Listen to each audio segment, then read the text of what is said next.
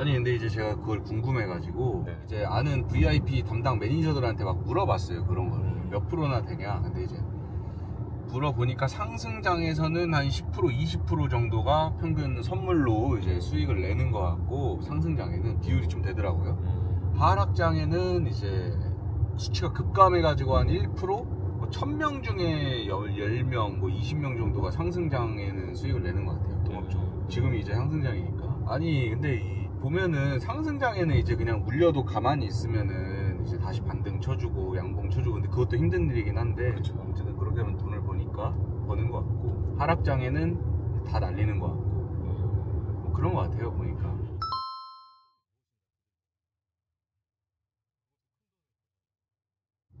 근데 제가 이런 생각을 해요. 저는 운이 좋았다고 생각을 하는데, 뭐 코인을 처음에 알게 된 것도 운이 좋았는데, 운을 만드는 것도 결국에는 운을 만들어내서 운을 끌고 가는 것도 실력이거든요.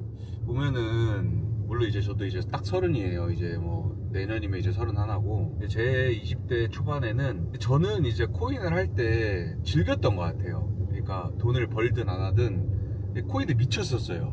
그러니까 미쳤다는 게 이 거래를 하는 행위에 미쳤었는데, 이제 그 당시에는 이제 장이 그렇게 받쳐줬단 말이에요. 근데 사실 지금 뭐 현물 업비트에서 할 수 있는 것들은 많이 없어요. 제가 이제 코인을 처음 시작할 때는 500만원 가지고도 뭐 드라마틱하게 1억을 만들고 이런 것도 있었고, 장도 이제 운이거든요. 장도 운이 따라줘야 돼요. 그런 장을 이제 만나서 운이 좋았는데, 이제 사실 지금 장은 현물장에서 500만원 들고 뭐 드라마틱하게 1억을 만들고 10억을 만들고 이런 게 안 되거든요. 근데 이제 20대들이 돈이 얼마나 있겠어요. 20대들은 돈이 많이 없다는 거예요. 돈이 많이 없는데 그 없는 돈으로 이제 쪼개가지고 투자를 하려고 하니, 대부분 이제 선물로 들어와서 마진에서 이제 레버리지를 끌어다 쓰고 뭐 100만원 집어넣고 그걸로 뭐 50배 이렇게 해가지고 어쩔 수 없다는 거는 알고 있다. 장 상황이 어쩔 수 없이 그렇게 돼가는 것 같아서, 뭐 차이점이랄 건 없고 시기인 것 같아요. 시기.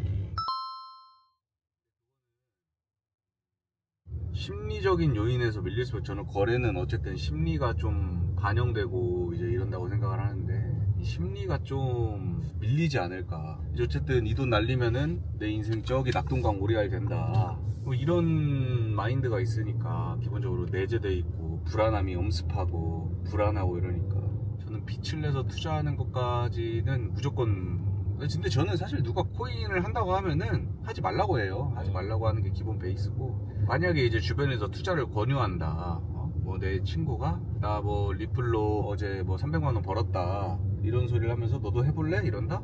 그럼 바로 그 자리를 박차서 나와서 그 사용자 차단을 걸어버리시면 돼요. 나를 골로 보내려는 친구다. 상식적으로 이제 뭐 이 판에서 5년 이상 이제 있었던 애들은 주변 사람들이 코인 한다 그러면 어휴 그런 걸 왜 해 하면서 다 말리거든요. 그게 정상이에요. 빚내서까지 투자하는 거는 사실 진부하잖아요. 근데 그들도 알고 있어. 솔직히 말해가지고 빚내서 투자하지 말라, 코인 하지 말라, 이거 존나 소리를 많이 들어가지고 주위에서 그들도 알고 있단 말이야. 그래서 내가 이렇게 말해주는 거 어차피 기등으로도 안 듣는다. 어차피 할 거잖아. 대출 받아서 할 거고 그냥 해. 그러면 이게 솔직한 또 마음이기도 해요. 한번 그냥 시원하게 날리고 인생 다시 재건하는 것도 나쁘지 않다. 진짜 빚내서 이제 투자하고 대출 받아서 투자할 놈은 내가 지금 여기서 하지 말라고 하고 미친 짓이라고 해도 어차피 눈 돌아가서 한다. 그럴 바에는 전 아싸리 그냥 시원하게 그냥 돈 갖다 박은 다음에 날리고 또 다시 열심히 살아가면 되죠. 그거밖에는 답이 없다. 뭐 추적 60분? 20대들이 추적 60분 보니까 빚내서 투자하는 거 위험하던데 하면 안 되겠다. 이런 애들 얼마 없어요. 그런 애들은 애당초 안 하는 애들. 어차피 빚내서 투자할 놈들은 대통령이 와서 말리고 엄마가 와서 말려도 한다.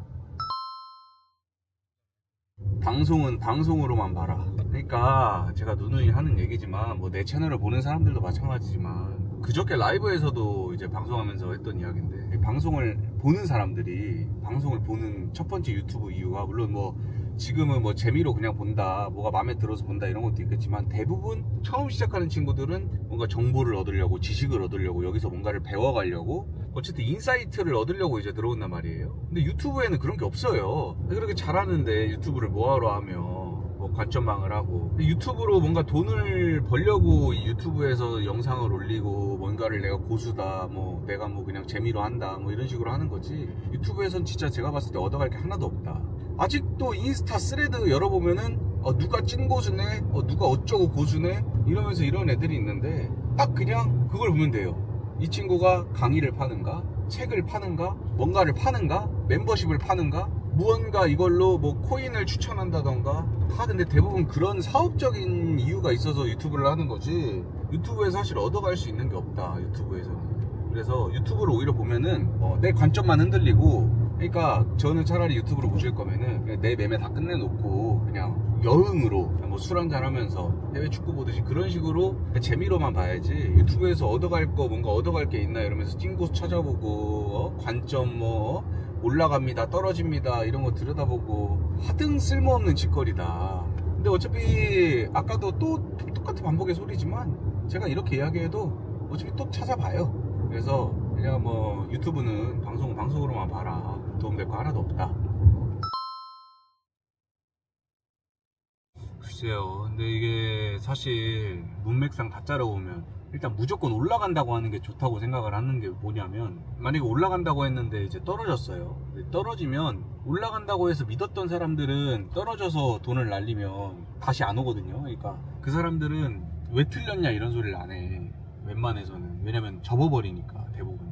이미 잃었는데 어떡하겠어. 근데 떨어진다고 했다가 올라가면 이제 떨어진다고 했으면 대부분 팔고 가만히 있거든요. 그러니까 이제 그거에 대한 원망을 많이 듣지. 시장을 떠나진 않으니까. 오른다고 이제 예언을 해서 떨어지면 그 사람들은 접어서 없고 떨어진다고 해서 시장이 올라버리면 그 사람들은 아직 시장을 못 떠나고 있으니까 당연히 떨어진다는 쪽이 욕을 많이 먹는 것도 사실이고 유튜브를 하다 보면 이제 부담되는 것도 사실인데 어쨌든 이제 비트코인이 6만 달러에서 2만 달러까지 떨어지고 2만 달러에서 지금 12만 달러 부근까지 올라온 거거든요. 그러니까 사이클대로 간다고 하면 오른 만큼 또 떨어지는 날도 분명 있을 거예요. 지금은 오르는 시장이 맞아요. 지금은 상승 추세니까 계속 올라가고 있고 그러니까 좀 그냥 리스크만 잘 관리해서 계속 매수하면 되지 않을까.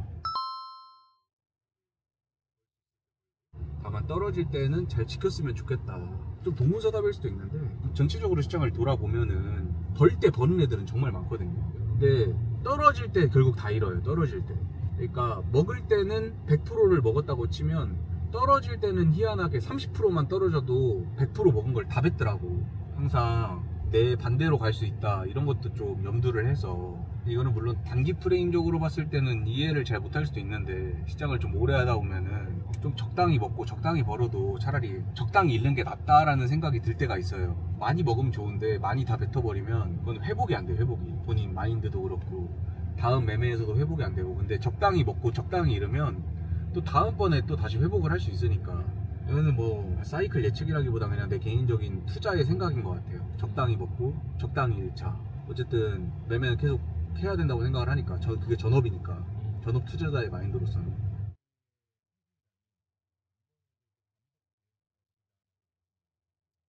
그거는 생각이 확고한데 일단은 17년도나 21년도 이때 알트 불장을 이끌었었던 건 뭐 당연히 돈이 많이 유입된 것도 맞는데 김치코인들이나 이런 것들을 분명 마켓메이킹을 조정하던 주포 그러니까 세력이 있었어요. MM이라고 하죠. 마켓메이커. 뭐 아시다시피 이번에 많이 잡혀갔고 그리고 앞으로도 이제 그 당시에는 막 국내 거래소에 이제 금감원이 이렇게 막 상주하고 있지도 않았고 금감원이 들여다보지도 않았는데 솔직히 지금은 거의 100% 다 들여다보거든요. 걔들이 거의 항시 24시간 CCTV 마냥 보고 있단 말이에요. 이제 마켓메이커들이 자유롭게 운전대를 잡지 않는 이상 그런 과격한 상승은 좀 어렵지 않을까. 특히나 21년도처럼 막 100배 오르고 이런 건 어려워도 뭐 이더리움, 솔라나, 리플 이런 식으로 약간 뭐 메인 알트 위주의 장은 충분히 뭐 도지도 포함해서 뭐 이런 식으로 약간 메인 알트들은 충분히 현재 가격에서 어느 정도 반등할 여지가 있지 않나 이런 생각은 해요. 근데 옛날처럼 막 시총 3천이 개 잡고가 막 제2의 루나가 되고 이런 일은 좀 힘들지 않을까.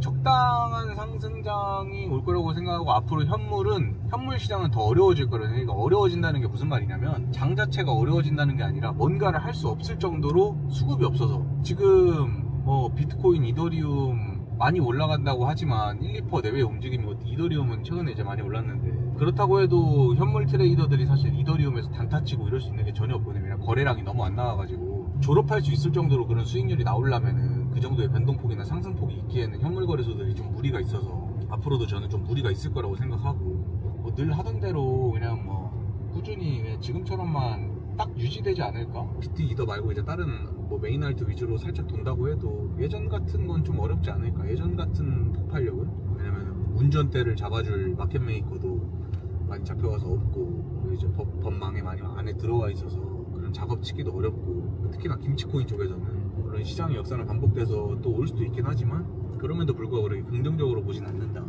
옛날 정도는 어렵다 내가 봤을 때. 옛날에 워낙 광기였어서